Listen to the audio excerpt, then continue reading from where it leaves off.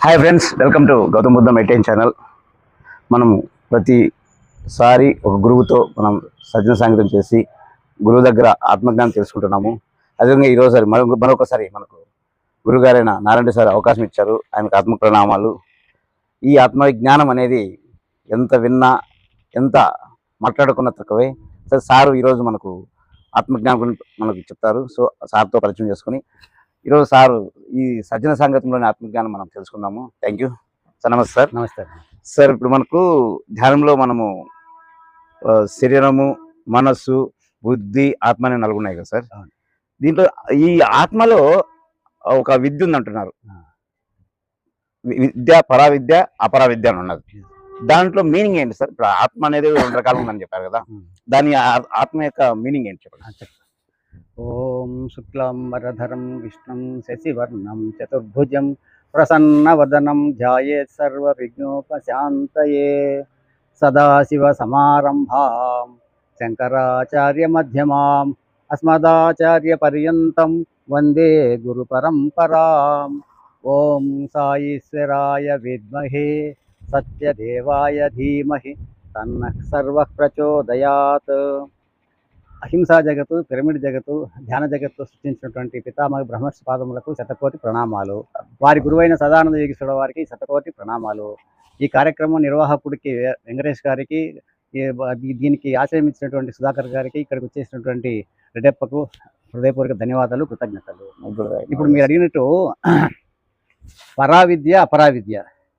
పరావిద్య అంటే ఏంటి అంటే ఆత్మజ్ఞానానికి సంబంధించినది పరావిద్య. అపరావిద్య అంటే వివేక చూడమనిలో ఈ 2 విద్యల గురించి చెప్పిండేది ముండక ఉపనిషత్తులో ఉంది. ఎవరు రాశారు సార్? ముండక ఉపనిషత్తులు ఎవరు రాసింది తెలియదు. ఉపనిషత్తులు ఓకే. వేదాల నుంచి వేదాంతములు అంటారు ఉపనిషత్తులు, ఎవరు రాసింది కాదు. ఆ ముండక ఉపనిషత్తులో ఈ 2 విద్యల గురించి చెప్పారు. ఏ విద్యలు? పరావిద్య, అపరావిద్య. అపరావిద్య అంటే లౌకికకు సంబంధించినది. ఇంకొక దాంట్లో అమృత బిందోపనిషత్తులో కూడా 2 విద్యలు కూడా చెప్పాడు. ఇదే విద్య పరావిద్య. దాంట్లో ఏం చెప్పాడు? పరావిద్య అంటే లౌకిక విద్య. ఏది? అపరావిద్య అంటే పరావిద్య కాదు. అపరావిద్య అంటే లౌకిక విద్య. లౌకిక విద్య ఎట్లా వస్తుందంటే ఋగ్వేదము, యజుర్వేదము, సామవేదము, అధర్వణ వేదము, ఆ తర్వాత శృతులు, ఇంకా చాలా నిర్యుక్తము, వ్యాకరణము, జ్యోతిష్యము, ఛందస్సు వలన వస్తుందని అమృత బిందోపనిషత్తులో చెప్పడం జరిగింది. అది ఆత్మజ్ఞానానికి ఉపకరించదు. కానీ ఆ జ్ఞానము క్రమేణా ఆత్మజ్ఞానానికి ఉపయోగించుకొని ఆత్మసాక్షాత్కారానికి ఉపయోగపడేదే ఏది విద్య? అపరావిద్య అంటారు. ఇదంతా ఇప్పుడు పరావిద్య లౌకిక విద్య అంటాడు. అపరావిద్య వచ్చేసి ఆత్మజ్ఞానానికి సంబంధించిన విద్య. మరి ఆత్మజ్ఞానం తెలుసుకోవాలంటే ఏం చేయాలా? ఆత్మజ్ఞానానికి ఏమి అవసరము? మీరు అన్నట్టు సత్సంగత్వము, స్వాధ్యాయము, ధ్యానము, ఈ 3 చేయాలి. ధ్యానం అత్యుత్తమైన సాధనం అని మనం ఇంతకుముందే వీడియోలు చెప్పుకున్నాం. పతంజలి దాంట్లో యమ, నియమ, ఆసన, ప్రాణాయామ, ప్రత్యాహార, ధారణ, ధ్యాన, సమాధి. ధ్యానం వల్లనే సమాధి స్థితి లభిస్తుంది ఈ పరావిద్యలో. ఈ అపరావిద్యలో ఇప్పుడు మనంతా లౌకిక ప్రపంచంలో ఉన్నాము. ఇది కూడా అవసరమే. వ్యవహారిక ప్రపంచంలో ఈ అపరావిద్య లేకపోతే బతకలేము. ఇప్పుడు కలియుగంలో 3 పాదాలు అధర్మం నడుస్తుంది, ఒక పాదమే ధర్మం నడుస్తుంది. ఇష్టానుసారిగా ప్రవర్తించి, ఇష్టానుసారిగా మాంసాహారాలు తిని, బూతులు తిట్టుకుంటూ, ఒక పద్ధతి లేకుండా, శాస్త్ర పద్ధతి లేకుండా ఇష్టానుసారంగా ప్రవర్తిస్తూ ఉన్నటువంటి ఈ దశలో ఈ వ్యవహారికంగా కూడా సన్మార్గంలో ఉండాలనేది అపరావిద్య. ఎందుకంటే వేదాల్లో చదువుతాడు కదా, ఋగ్వేదంలో శృతులు ఇవన్నీ నిర్యుక్తము, జ్యోతిష్యము, ఛందస్సు. దీనివల్ల సన్మార్గంలోకి వచ్చే అవకాశం ఉంది. లౌకిక విద్యలు అయినప్పటికీ సన్మార్గంలో ఉండాలని చెప్తారు. అక్కడి నుంచి పరావిద్యకు రావాలా. పరావిద్య అత్యుత్తమైనది. అంటే ఆ పరావిద్య అంటే ఏమి? ఆత్మజ్ఞానానికి, ఆత్మసాక్షాత్కారానికి ఉపయోగపడుతుంది. మరి ఆత్మసాక్షాత్కారం కావాలంటే ఇంకో చోట కఠోపనిషత్తులో శ్రేయో మార్గం, ప్రేయో మార్గం అని 2 విధాలు చెప్పారు. కఠోపనిషత్తు శ్రేయో మార్గము, ప్రేయో మార్గం. శ్రేయో మార్గం అంటే ఏమి? ఆత్మజ్ఞానానికి సంబంధించింది. అంటే సన్మార్గంలో ఉంటూ ఎటువంటి వ్యతిరేక్తమైన శాస్త్ర విరుద్ధంగా చేయకుండా, శాస్త్ర ప్రకారం కర్తవ్య కర్మలు నిర్వహిస్తూ స్వార్థభావం లేకుండా, నేను చేస్తున్నాననే కర్తృత్వ భావన లేకుండా ఆ పరమాత్మనే చింతిస్తూ, పరమాత్మనే ధ్యానిస్తూ ఉండేది శ్రేయో మార్గం. ప్రేయో మార్గం అంటే ఇష్టానుసారం ప్రవర్తిస్తూ ఒక పద్ధతి లేకుండా కోటాను కోట్లు సంపాదిస్తూ సర్వభోగములను అనుభవించేది ప్రేయ మార్గం. ప్రతి ఒక్క మానవుడు ప్రేయ మార్గాన్ని అనుసరించాలా, శ్రేయ మార్గాన్ని అనుసరించాలా మనం తెలుసుకోవాలా. మనం శ్రేయ మార్గాన్ని అనుసరించాలా. మళ్ళీ శ్రేయ మార్గం అత్యుత్తమైనది తెలిసినప్పటికీ మానవుడు ఈ అరిషడ్ వర్గాలకు లోనై ఇష్టానుసారం ప్రవర్తిస్తూ నాశనం అయిపోతున్నాడు.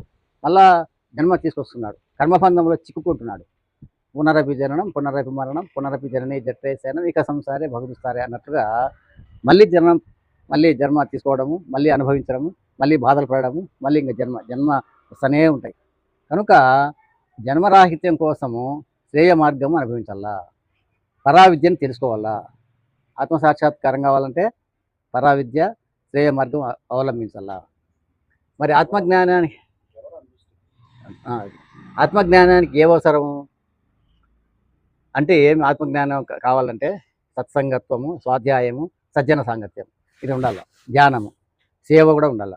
ఇన్ని చేస్తే తప్ప ఆత్మజ్ఞానం రాదు. ఈ ఆత్మజ్ఞానంలో కర్మబంధాల్లో చిక్కుకోకుండా ఉండాలి. కర్మబంధాల్లో చిక్కుకోకుండా ఉండాలంటే ఎట్లుండాలా? కర్మ తెలుసుకోవాలి, కర్మ రహస్యం తెలుసుకోవాలా.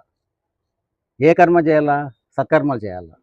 మన సత్కర్మలు చేయాలంటే నీ మనసు నీ అధీనంలో ఉండాలా. నీ మనసు అధీనంలో ఉండాలంటే ఏం చేయాలా? మంచి సాత్వికాహారం తీసుకోవాలా. అది ఆ సాత్వికాహారం కూడా యుక్తాహారంగా ఉండాలి. యుక్తాహారస్య విహార ఇంతకుముందు చెప్పుకున్నాం వేరే వీడియోలో. యుక్తాహారస్య విహారస్య యుక్త చేష్టస్య కర్మసు యుక్త స్వప్నవబోధస్య యోగో భవతి దుఃఖః అంటారు. తగినంత ఆహారము, తగినంత చేష్ట, తగినంత నడవడిక, తగినంత నిద్ర, తగినంత మెలకువ ఉంటే దుఃఖం పోయి యోగం సిద్ధిస్తుంది అర్జున అంటాడు. నీకు యోగం సిద్ధించాలంటే సాత్వికాహారం తీసుకోవాలి. సాత్వికాహారం కూడా మితంగా ఉండాలి. ఈ విధంగా ఆహారమే కాదు, ఇతరులను బాధ పెట్టకూడదు. అహింస అంటే ఇతరులను బాధ పెట్టడం కూడా హింస కింద వస్తుంది. అది అహింస కింద రాదు. సత్యసాయిబాబు చెప్పినట్టు అహింస, సత్యము, ధర్మము, ప్రేమ చెప్పాడు. 5 గుణాలు చెప్పాడు. అహింస, సత్యము, ధర్మము, ప్రేమ, శాంతి, శాంతము. ఈ 5 గుణాలు ఉండాలి. ఈ 5 గుణాలు ఎవరైతే మనసులో ఉంటాయో అప్పుడు ఆత్మసాక్షాత్కారానికి అర్హత వస్తుంది, అర్హుడు అవుతాడు. మన పోయిన వీడియోలో మనం ఆత్మసాక్షాత్కారం ఎవరు అర్హులు అని చెప్పుకున్నాం. మళ్ళీ డీటెయిల్ చెప్పాల్సిన అవసరం చెప్తాం. ఇప్పుడు పరావిద్య అంటే అంత సులభమైన విద్య కాదు. కానీ మనం వచ్చిన కారణము, కార్యకారణ సంబంధం ఉంది. మన కారణ శరీరం నుంచి ఈ శరీరంలోకి వచ్చినాం. ఆయన సుధాకర్ గారు చెప్పినట్టు డీటెయిల్గా చెప్పాడు కదా, బిందు నుంచి వచ్చినాము, బీజోత్పత్తి అట్లా జరిగింది అని. ఆ విధంగా వచ్చినప్పుడు ఈ జన్మ తీసుకున్నప్పుడు బీజంగా ఉండి ఇట్లా వచ్చినప్పుడు మనం తెలుసుకోవాల్సింది ఏమి? ఎక్కడి నుంచి వచ్చినామో అక్కడికే పోవాలి. ఎక్కడి నుంచి వచ్చినాము? పూర్ణాత్మ నుంచి, పరమాత్మ నుంచి వచ్చినాము. అంశాత్మగా ఈ దేహంలో ఉంది చైతన్యం. ఈ చైతన్యం ఉంటేనే నేను మాట్లాడగలుగుతున్నా, లేకపోతే నేను మాట్లాడలేను. మరి ఈ ఆత్మ దానికి ఏం సాక్షిభూతంగా ఉంటుంది. మనం అంతా తప్పుడు పనులు చేసి, పాపాలు చేసి అంతా దేవుడి మీద చేస్తున్నాం. దేవుడు ఇట్లా చేస్తున్నాడు, నేను ఇంత బాగున్నా కూడా నా కష్టాలు వచ్చినాయి అంటే ఆ కష్టాలు ఎందుకు వచ్చినాయి, సుఖదుఖాలు ఎందుకు వచ్చినాయి తెలుసుకోవాలి ప్రతి ఒక్కరు. అంటే గత జన్మలో చేసినటువంటి పుణ్యకర్మ, పాపకర్మల ఫలితంగా ఈ జన్మలో అనుభవిస్తున్నాం. అది ముఖ్యంగా ప్రతి ఒక్కరు తెలుసుకోవాల్సిన విషయం. కనుక ఈ కర్మల వల్లనే మనం అనుభవిస్తున్నాం ఈ సుఖదుఖాలు. అందువలన భగవద్గీతలో అర్జునుడు ఏం చెప్పాడు? మాత్రాస్పర్శాస్తు కౌంతేయ శీతోష్ణ సుఖ దుఃఖదాహ ఆగమాపాయనో అనిత్యాహ తాం తితిక్షస్వ భారత అంటాడు. ఓ అర్జున, నువ్వు విషయ ప్రపంచంలో ఉన్నావు, లౌకిక ప్రపంచంలో ఉన్నావు. ఇవి శీతము, ఉష్ణము, సుఖము, దుఃఖము, లాభము, నష్టము, జయము, అపజయము వస్తుంటాయి, పోతుంటాయి. అయ్యా, నువ్వు దాని గురించి బాధపడద్దు, భరించు తితిక్షస్వ భారత, భరించాలా, తప్పదు. ప్రతి మానవుడు ఈ జన్మే దుఃఖంతో కూడుకున్నటువంటిది. ఇంతకుముందు భజగోవిందంలో చెప్పుకున్నాం.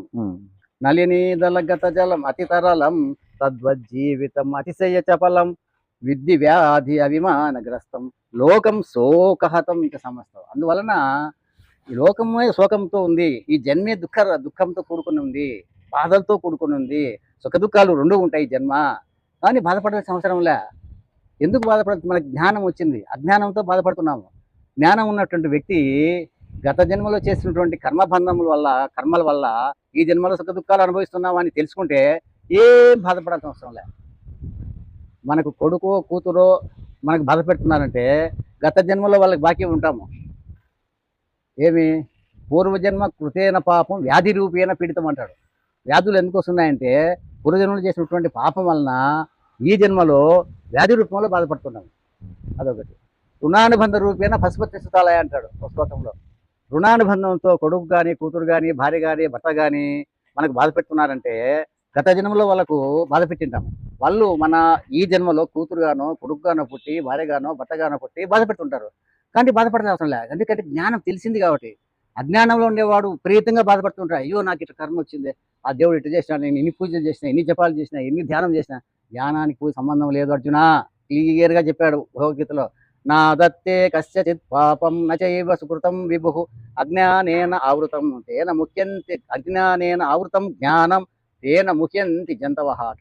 అర్జున, నువ్వు చేసిన పాప పుణ్యాలు నాకు సంబంధమే లేదు. నీకు జన్మ ఇచ్చినాను, పాప పుణ్యాలు నీ చేతిలో ఉన్నాయి. నీకు వివేకం ఇచ్చినాను, జంతువులకు లేనిటువంటి విచక్షణ జ్ఞానం మానవునికి ఇచ్చాను. అది నీ చేతిలో ఉంది. పాప పుణ్యాలు నాకేం సంబంధము? మరి ఎందుకు ఇట్లా మోహం చెందుతున్నారు? అజ్ఞానం చేత జ్ఞానం కప్పబడింది కాబట్టి అందువలన జనులు మోహం చెందుతున్నారు, అజ్ఞానంతో మాట్లాడుతున్నారు, నాకు అంటగడుతున్నారు. నేను శివుని నిత్యం పూజ చేస్తాను, రోజు అభిషేకం చేస్తాను, అయినా నాకు కష్టాలు వచ్చినాయని చాలామంది అడుగుతున్నారు. కష్టాలు వచ్చే నీ చేష్టల వల్లనే, నీ కర్మల వల్లనే.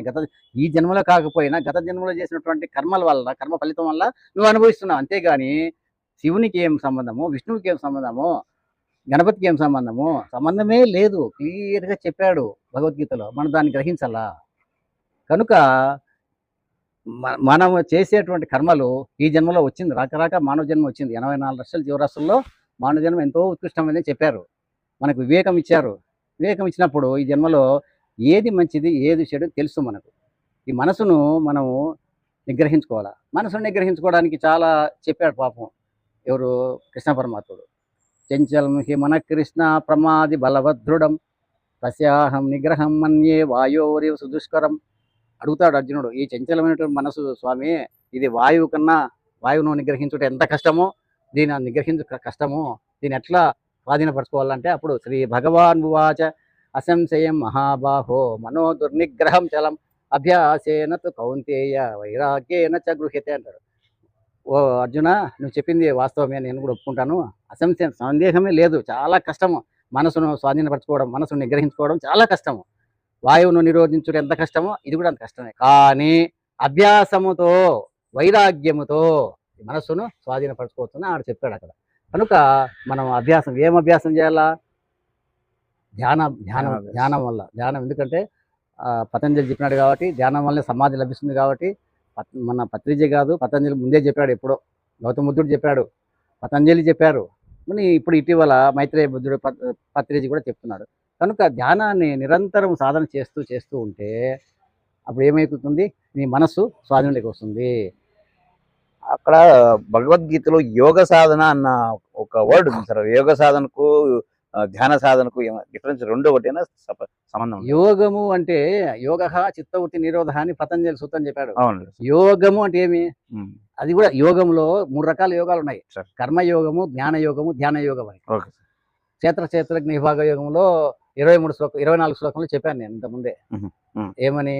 ధ్యానేనాత్మని పశ్యంతి కేచిదాత్మానమాత్మన సాంఖ్యయోగేన అన్యే సాంఖ్యయోగేన కర్మయోగేన చాపరే అన్నాడు.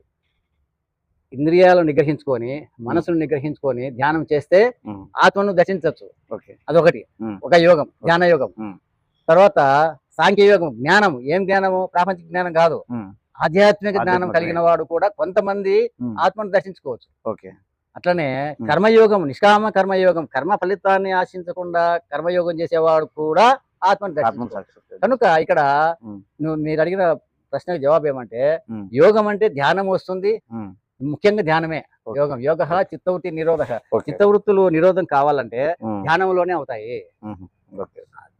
నిష్కామ కర్మలో కూడా ఆత్మ దర్శించవచ్చు అన్నాడు కాబట్టి అక్కడ కూడా నిష్కామ కర్మ కూడా మన జనకుడు ఉదాహరణము కర్మనైవకి సంసిద్ధిం అస్థిత జనకాదయ లోక సంగ్రహమే వాపి కర్తుమర్హసి అంటాడు కర్మయోగంలో శ్లోకం. అది జనకుడు మొదలైనటువంటి మహర్షులు వాళ్ళు ఏం ధ్యానం చేయలే, నిష్కామ కర్మ చేస్తూ లోక కళ్యాణం కోసము ఆ మిథిలా నగరాన్ని అత్యద్భుతంగా పరిపాలించాడు. ఆయనకు ఏమైంది? ఆత్మ సాక్షాత్కారం అయింది జనక మహారాజుకు.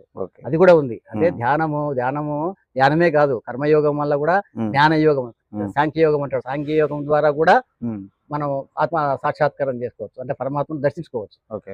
ఆత్మ పరమాత్మ, ఎందుకంటే పరమాత్మే ఆత్మరూపంలో భాషలుతున్నాడు. ఓకే. అహమాత్మ గుడాకేశ సర్వభూతాశయ స్థిత అహమాదిశ్య మధ్యంచ భూతానామంత ఏవచ అంటాడు. అయ్యా అర్జున, నేను ఆత్మరూపంలో సర్వ ప్రాణులలో స్థితమై ఉన్నాను. మొదట ఉన్నాను, మధ్యంలో ఉన్నాను, అంతంలో ఉన్నాను. నేనున్నాను అంటే పరమాత్మ మన దేహాల్లో ఆత్మరూపంలో స్థితంగా ఉన్నాడు. కనుక మనమే దేవుడు. నేను సత్యసాయిబాబు చెప్తా అంటే I am the God, you are the God అంటే నాకు తెలియక అప్పుడు ఈ భగవతి చదవక ముందు ఏంది నువ్వు దేవుడు అంట, నేను దేవుడు అంట అని అనుకుంటాను. కానీ మనమే దేవుడు. ఎప్పుడు ఆ స్థితికి చేరినప్పుడు, ఏ స్థితికి ఆత్మస్థితికి కనుక్కున్నప్పుడు you are the God, I am the God. నువ్వు దేవుడివే, సుధాకర్ దేవుడే, రెడ్డప్ప నేను దేవుడిని. ఆ స్థితిలో ఉండాలి. ఎప్పుడు నిరంతరం ఆనందంగా ఉంటాడు. ఎట్లుంటాడు వాడు? భజగోవిందంలో శ్లోకం చెప్పినాము, ఆనందంగా ఉంటాడు. యోగరతో వా భోగరతో వా సంగరతో వా సంగ విహీన యస్య బ్రహ్మని రమతే చిత్తం నందతి నందతి నందత్యవా అంటాడు. ఆనందంగా ఉంటాడు. యోగంలో ఉన్న, భోగంలో ఉన్న, ఏకాంతంలో ఉన్న, సంఘంలో ఉన్న వాడు ఆనందంగా ఉంటాడు. అవధూతలు ఆనందంగా ఉంటారు. పిచ్చి పిచ్చిగా ఉంటారు. మనం పిచ్చోడు అనుకుంటాం. లక్ష్మయ్య స్వామి, మా ఊరు రంగయ్య స్వామి, తిక్కరంగయ్య స్వామి, వాళ్ళు ఆనందంగా ఉంటారు. మహా ఆనంద స్థితిలో ఉంటారు. ఆ స్థితి రావాలి. ఆ స్థితి అంటే మనం ప్రాపంచికంలో ఉన్నాం కాబట్టి ఆ స్థితిలో ఉండలేము. అవధూతలు మాత్రం ఉండలేము. మనం అటాచ్మెంట్ డిటాచ్మెంట్ లో ఉండాలి.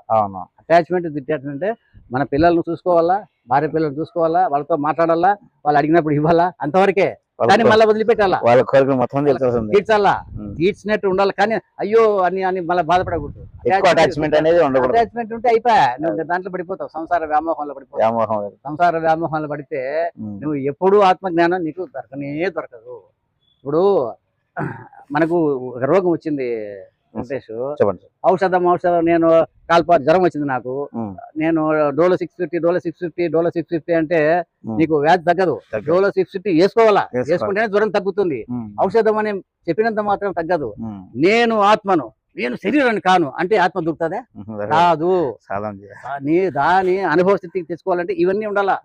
మనసును నిగ్రహించుకోవాలా, శాస్త్రాలు చదవాలా, శాస్త్రాధ్యయనం ఉండాలా, సత్సంగత్వం ఉండాలా, సత్సంగత్వే నిసంగత్వం, నిస్సంగత్వే నిర్మోహత్వం, నిర్మోహత్వే నిశ్చలతత్వం, నిశ్చలతత్వే జీవన్ముక్తి. ఇట్లా ఉండాలి. సత్సంగత్వం ఉంటే అప్పుడు ఏమైంది, ఆసక్తి తగ్గుతుంది.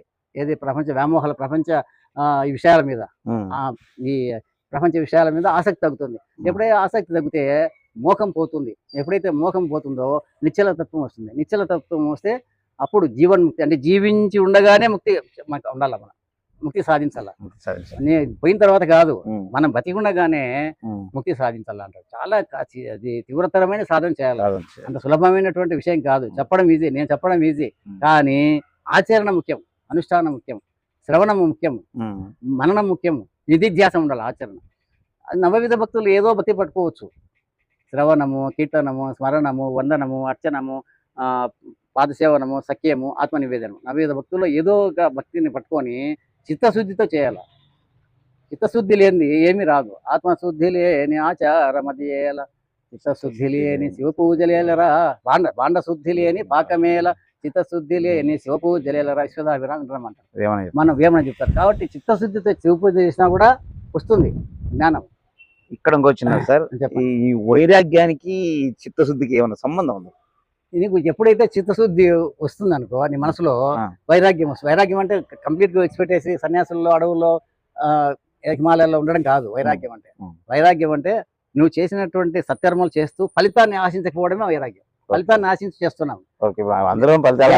దేవాలయం పోతాం, స్వామి నా కొడుకు బాగుండాలి, నా బిడ్డ బాగుండాలి, ఇదే కోరికలు లేకుండా, ఫలితం ఆశించకుండా, అది వైరాగ్యం అంటే. అదే కాకుండా ఫలితం ఆశించకుండా చేయడం ఒకటి, నేను చేస్తున్నాననే భావన కూడా ఉండకూడదు. కర్తృత్వ భావన ఉండకూడదు. నేను చేస్తున్నా, నేను లేకపోతే నా కుటుంబం లేదు, నువ్వు లేకపోయినా జరిగిపోతుంది, అన్ని జరిగిపోతుంది. మనం అనుకుంటే మేము నెహ్రూ లేకపోతే జరిగిందా, నెహ్రూ లేకపోతే 100 మంది వచ్చారు పోతున్నారు, ఎవరు లేకపోయినా జరుగుతుంది. కాకపోతే తక్కువ తారతమ్యాలు ఉంటాయి, తక్కువ ఉంటుంది, ఎక్కువ తప్ప ఎవరు లేకపోయినా సృష్టి జరుగుతుంది. పరమాత్మ సృష్టికర్త ఆయనే. ఆ పరమాత్మను పట్టుకోవాలి మనం. ఆ పరమాత్మ ఆత్మనుభవంలో ఉన్నాడు కాబట్టి పత్రిజీ వీళ్ళంతా నీలో ఉన్నాడయ్యా, ఎక్కడ బయట పోవద్దు అని నీలో పట్టుకున్నాడు. శిలల రూపం అని చెప్తాడు చూడు ఆయన. జీవలింగ పూజ చేసిన వారికి శిలల రూపమందు చింతయేల, చలగి మధుగ్రోల చేదురు చించున విశ్వదాభిరామ అంటారు. ఇప్పుడు జీవలింగ పూజ అంటే నీలో ఉన్నటువంటి ఆత్మను తెలుసుకున్నటువంటి వారికి ఉమ్, శిలల రూపం ముందు చింత చేయాలా? అవునులే. ఏడిపోతాను కాశీకి ఎక్కడ పోయినా కన్యాకుమారి ఎక్కడ పోయినా లాభం లేదయ్యా. ఉమ్, చలగి మధువు గ్రోవల చేదు రుచించున విశ్వద విరామ వినరవేమ. తేనె తీసుకునే వానికి చేదు రుచిస్తుందా? ఉహు, ఆత్మజ్ఞానం తెలుసుకున్నటువంటి వానికి ఉమ్, నువ్వు చేదు రుచించదు కదా. అవునులే. ఎంత బాగా చెప్పాడు చూడు ఉమ్, ఎవరు వేమన. ఏమన్నా. ఆ విధంగా ఉండాలి మనం. ఉమ్, అంత అట్లా కాకుండా అంగేట్లా ఉండాలి. ఆత్మజ్ఞానం రావాలంటే ఉమ్, అంతరంగంలో కూడా మంచిగా ఉండాలి. అంతరంగం అంతరంగం అంటే లోపల. లోపం. ఉమ్, అంతరంగమున అపరాధములు చేసి మంచివాని వలె మనుజుడుండు ఇతరులు ఎరుగకున్న ఈశ్వరుడు ఎరుగడా విశ్వదాభిరామ వినరవేమ. అంతరంగంలో అపరాధాలు చేసి నేను బొట్టు పెట్టుకొని రోజు గుడికి పోయి రోజు గంటలు గంటలు ధ్యానం చేస్తే లాభం లేదు. నువ్వు అంతరంగంలో అపరాధాలు చేసి ఉమ్, నేను బాగుండాలా, నీ కుటుంబం బాగుండాలా, వాడు చెడిపోవాలా, వాడు నాశనం కావాలా అనేటువంటి భావనతో ఉమ్, నువ్వు ఎన్ని రోజులు ధ్యానం చేసినా వేస్తే. అవునులే.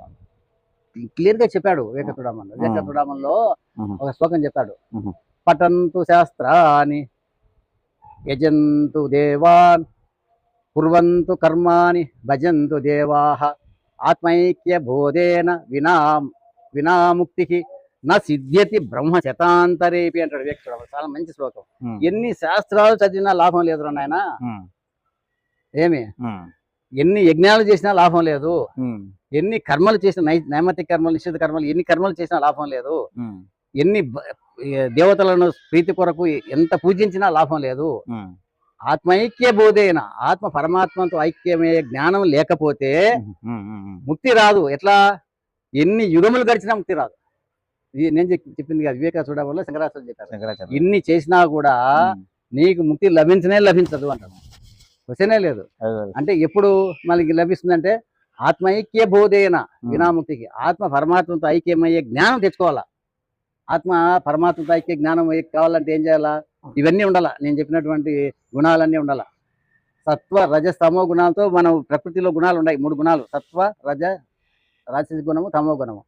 సత్వగుణం నుంచి సత్వగుణంలో ఉంటే కనీసం శుద్ధ సాత్విక గుణంలోకి పోతాం. అవును. సత్వగుణంలో ప్రతి ఒక్కరూ సత్వగుణం నుంచి రజోగుణం, తమో గుణం. కానీ కొంతమంది 24 గంటలు తమో గుణం ఉంటారు, కొంతమంది రజోగుణం ఉంటారు. రజోగుణం అంటే వాళ్ళ అహంకారం ఉంటుంది. అహంకారం ఉంటుంది. నేను చేస్తున్నాను, నా వల్ల ఇది జరుగుతుంది, నేను చేయకపోతే ఎవరు లేరు, నా వల్ల నేను ఇన్ని కోట్లు సంపాదించాను, ఇన్ని చేసినాను అని చెప్పి రజోగుణం ఉన్నటువంటి వాడు ప్రవర్తిస్తుంటాడు. సత్వగుణం ఉన్నటువంటి వాడు కామ్గా ఉంటాడు, ఎక్కువ మాట్లాడాడు. వాడు సత్వగుణంలో ఉంటాడు. వాడు మళ్ళా తర్వాత ప్రయత్నం చేయడం వల్ల శుద్ధ సాత్విక గుణంలో అయిపోతాడు. ఎప్పుడైతే శుద్ధ సాత్విక గుణంలో ప్రవర్తిస్తూ ఉంటే ఈ వ్యవహారిక ప్రపంచంలో అప్పుడు ఆత్మ ప్రస్ఫుటం అవుతుంది అంటాడు. నిర్గుణుడు అంటే ఆత్మ ప్రస్ఫుటం. నిర్గుణుడు అదే నిర్గుణుడు, నిర్ద్వందుడు. త్రైగుణ్య విషయ వేద నిస్త్రైగుణ్యో భవార్జున నిర్ద్వంద్వో నిత్య సత్యస్థో నిర్యోగక్షేమ ఆత్మవాన్ అంటాడు. ఎవరు? భగవద్గీతలో కృష్ణ పరమాత్మ. త్రైగుణ్య విషయ వేదాలు ఏం చెప్పినాయి? 3 గుణాల గురించి చెప్పినాయి. సాత్విక గుణము, రాజసిక గుణము, తమో గుణం చెప్పినా కూడా నిస్త్రైగుణ్యో భవార్జున, ఏ గుణాలకు అతీతంగా ఉండురా అంటాడు. నిస్త్రైగుణ్యం అంటే గుణాలకు అతీతంగా ఉండు. ద్వంద్వాలకు అతీతంగా ఉండాల. సుఖము, దుఃఖము, లాభము, నష్టము. మనం ఏమంటే ఏదన్నా మనకు కీడు జరిగిందనుకో బాధపడిపోతాం. మనకు అన్యాయం జరిగిందనుకో ఏంది ఇట్లా అయిపోయా, దేవుడు ఇట్లా చేసినాడు అని బాధపడతాం. అట్లా ఉండకూడదు. ద్వంద్వాలకు అతీతంగా ఉండాల. నిత్య సత్యం ఉండాల. ఎప్పుడు సత్యం ఉండాల. ట్రూత్ ఈజ్ గాడ్ అంటాడు సత్యసాయిబాబా. సత్యమే భగవంతుడు, దైవం. నిర్యోగక్షేమ, నీ యోగక్షేమాలు కూడా ఆలోచించకూడదంట. నా కొడుకు ఇట్లా, నీ యోగక్షేమ, నేను బాగున్నాను అంతా ఆయన పరమాత్మ చూసుకుంటాడు. ఆత్మవాన్ అంటాడు. క్లియర్గా చెప్పాడు. అంటే నిర్ద్వందంగా ఉండాలా. నిస్త్రైగుణ్యో భవార్జున, అర్జున ఆ విధంగా ఉండాలా అంటాడు. ఆ విధంగా ఉన్నామా లేదా ప్రతి ఒక్కరూ పరీక్షించుకోవాలా. మనం ఆ విధంగా ఉన్నామా, నిస్త్రైగుణ్యంలో ఉన్నామా? కనీసం సత్వగుణంలో లేమే. సత్వగుణంలో ఉంటే మంచిదే. సత్వగుణంలో కూడా లేకపోతున్నాము. మనం ఏదన్నా అంటే మన కోపం వస్తుంది. అది ఎందుకు? అది అరిషడ్వర్గాలు ప్రకోపిస్తాయి. ప్రతి ఒక్కరిలో ఉంటాయి. అరిషడ్వర్గాలు ఉంటే అది లాభం లే. నీకు ఆత్మజ్ఞానం ప్రస్ఫుటమే కాదు. మన గురూపదేశం ఉండాలంటాడు. గురువు దొరకపోయినా కూడా ఈ యొక్క శాస్త్రాలు చదివి శాస్త్ర పఠనం ద్వారా మనం ఇవన్నీ చేసుకోవచ్చు. ఆత్మజ్ఞానం ప్రస్ఫుటం చేసుకోవచ్చు. ఆత్మజ్ఞానం తెలుసుకొని అనుభవపూర్వకంగా ఆచరణ పెడితే మనకు ఆత్మజ్ఞానం వస్తుంది. అది కూడా చేయడం లే. అందుకే కూడా ఆయన చెప్తాడు ప్రహ్లాదుడు, లోకములన్నీ గడియలో జయించిన వాడవు, ఇంద్రియానీకము చిత్తమును గెలువనేరవు, నిన్ను ప్రభిన్నులను చేసిన ఈ భీకర శత్రువుల ఆరువురాలను గెలిచిన ప్రాణికోటిలో నీకు విరోధి లేడగడు నేర్పున చూడుము దానవేశ్వర అని వాళ్ళ నాన్నకి చెప్తాడు. వాళ్ళ నాన్న. నువ్వు అన్ని అయ్యా మూడు లోకాలు జయించినావు, అన్ని చెప్తున్నావు, అది చేసినా ఇది చేసినా యక్ష కిన్నరకి సిద్ధ గంధలు అందరినీ జయించినావు, బానే ఉంది. కానీ నీలో ఉన్నటువంటి ఇంద్రియాలు జయించలేకపోతున్నావు. నీలో ఉన్నటువంటి అరిషడ్ వర్గాలు ఈ భీకర శత్రువులు, అవి అంతర్గత శత్రువులు, అవి జయిస్తే నీకు ప్రాణికోట్లు ఎవరు లేడయ్యా, నీకు విరోధి లేడు, చూడమ్మా జాగ్రత్తగా చూడు దానవేశ్వర అంటాడు వాళ్ళ నాయనకే. కనుక మనము ఈ అరిషడ్ వర్గాలను జయించాలా. అరిషడ్ వర్గాలను జయించాలంటే మన మనస్సును మన మన మన అనుభవం మన మనసుని కంట్రోల్ చేసుకోవాలా, నిగ్రహించాలంటే మనం చెప్పిన అభ్యాసం వైరాగ్యం ఉండాలా. అంత సులభమైన పద్ధతి కాదు, కానీ ప్రయత్నం చేయాలా. సులభమైన విషయం కాదు. అందుకోసమే నీవు కష్ట నష్టాలు ఉంటాయి, దుఃఖంలో ఈ ప్రాపంచిక సుఖ దుఃఖాలు ఉంటాయి, భరించు అర్జున చెప్తూ మళ్ళీ దానికి ఉపాయం కూడా చెప్పాడు. అభ్యాసం వైరాగ్యంతో మనసును నియంత్రించుకొని నువ్వు ఆత్మజ్ఞానాన్ని సంపాదించుకొని చెప్పాడు. అయినా చెప్పాడు కృష్ణ పరమాత్ముడు మొదట సాంఖ్యయోగంలో ఆ విధంగా చెప్తూ సుఖ దుఃఖాలు వస్తూ ఉంటాయి, కష్ట నష్టాలు వస్తుంటాయి, భరించు అర్జున చెప్తూ మళ్ళీ ఇంకా వేరే అధ్యాయంలో ఏం చెప్పాడు, నీకు అభ్యాసం వైరాగ్యంతో ఆ రెండు సాధనాలతో మనసును నిగ్రహించుకొని నువ్వు ఆత్మజ్ఞానం సంపాదించుకో అంటాడు. రెండు విధాలు చెప్పాడు స్వామి. ఇంకా ధ్యాన యోగం ద్వారా ఆత్మను దర్శించుకోవచ్చు, క్లియర్గా చెప్పాడు. సాంఖ్యయోగం ద్వారా అంటే జ్ఞానయోగం ద్వారా దర్శించుకోవచ్చు, కర్మయోగం ద్వారా దర్శించుకోవచ్చు. ఈ మూడు సాధనలు చెప్పాడు. మనం ఏది సులభమో ఏది పాటిస్తున్నామో మనమే విచారించుకోవాలి.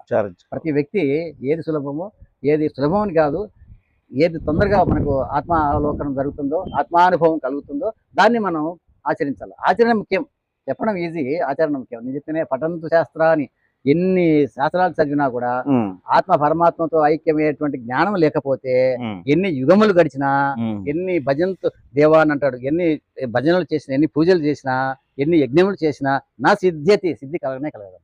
కనుక ప్రతి ఒక్కరూ ఆత్మ పరమాత్మతో ఐక్యమైనటువంటి జ్ఞానం సంపాదించుకోవాలి. ఆ జ్ఞానం సంపాదించుకోవాలంటే ఇవన్నీ ఉండాలి, క్వాలిఫికేషన్స్, అర్హతలు. ఏం అర్హతలు? మనం చెప్పుకున్నటువంటి అర్హతలు ఉండాలి. ఎవరిని బాధించకూడదు, సత్యము, ధర్మము, శాంతి, ప్రేమ, అహింస, శాంతంగా ఉండాలా. మనం చెప్పినా ఇంతకుముందు వీడియోలో మోక్షానికి ఎవరు అర్హులు అంటే ఏకాంత వివిక్త సేవి, ఏకాంతంగా ధ్యానం చేయాల, లఘ్వాసి, మితాహారం తినాల, యతవాక్కాయ మానసః, నీవు మనోవాకాయ కర్మన చేయాల పనులు.